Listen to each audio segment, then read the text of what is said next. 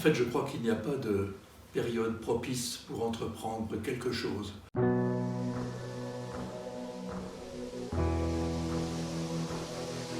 Non, la création d'entreprise est quelque chose qui se pense et qui prend un certain temps, une certaine maturation.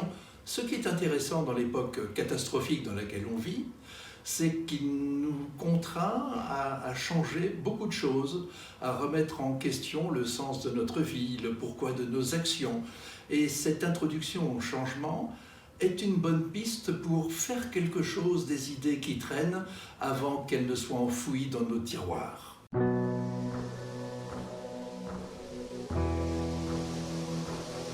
Ce livre s'intéresse à ceux qui ont une idée. Ils ne savent peut-être pas trop quoi en faire. Ils commencent à y penser régulièrement. Ils embêtent leurs collègues pour la tester. Peut-être ont-ils envie, de manière fugace, de créer leur entreprise. Eh bien, ce livre, parce qu'il est plein d'anecdotes, parce qu'il est plein de conseils, ce livre est un peu leur guide du routard. Ce livre n'est pas issu que de ma propre expérience. Il est aussi issu de contacts que j'ai eus avec des centaines de chefs d'entreprise, plus encore des interviews que j'ai eues avec des jeunes créateurs. Et eux m'ont démontré que leur sensibilité, à l'heure actuelle, était complètement différente de celle que j'ai pu avoir il y a 30 ans. C'est important. Ce n'est pas un livre dogmatique. Vous êtes responsable de ce que vous ferez de votre idée. Et enfin, il faut ajouter quelque chose de simple, c'est surtout un livre pratique.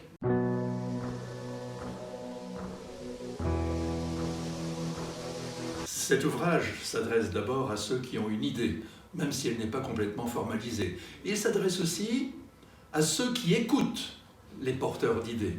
Il s'adresse aussi à ceux qui ont envie de créer leur entreprise. Il s'adresse aux étudiants, il s'adresse aux seniors qui, pour leur fin de carrière professionnelle, se disent « Tiens, j'aimerais bien créer quelque chose ».